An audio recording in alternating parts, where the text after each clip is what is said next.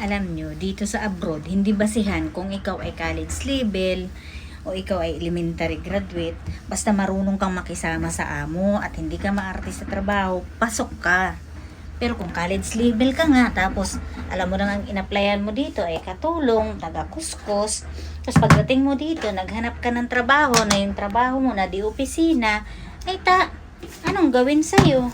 Dapat hindi ka na lang nag-abroad. Bago ka magpunta ng abroad, alamin mo kung ano yung trabaho. Hindi yung naniniwala ka na easy lang dito. Ako nga, tingnan mo, painom-inom ako dito kasi day off ko.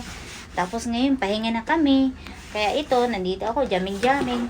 Wag kayong maniniwala dyan. Kung ako sa inyo, ang gawin nyo, explore nyo yung sarili nyo, lalo na habang bata pa kayo.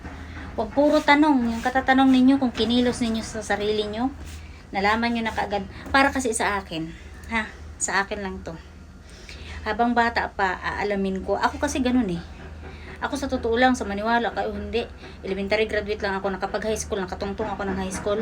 Pero hindi ako nakapag tuloy-tuloy ng pag-aaral ko. Kasi nga, ang hirap ng buhay. Biruin mo, nasa El Nido pa kami. Tapos, yung bigas na ipapadala sa amin dun sa Taytay. Ngayon, wala pa, hindi pa uso noon ng sasakyan eh. Ilang piraso pa lang, Yulin Joy, Sweetie, Bandida, yan pala yung mga sasakyan noon, pati yung Royally. Shout out sa mga batang 90s na nakaabot noon. Tapos, ang bigas na ipapadala ng nanay ko galing pa ng El Nido, makakarating pa ng puerto. Take note, 2 linggo pa namin bago makuha yun. Ay kami, anong kakainin namin? Siyempre, naghinto ako sa pag-aaral, yun ang madaling salita. Naghinto ako sa pag-aaral, maaga akong namulat sa pagtatrabaho dahil nga panganay ako.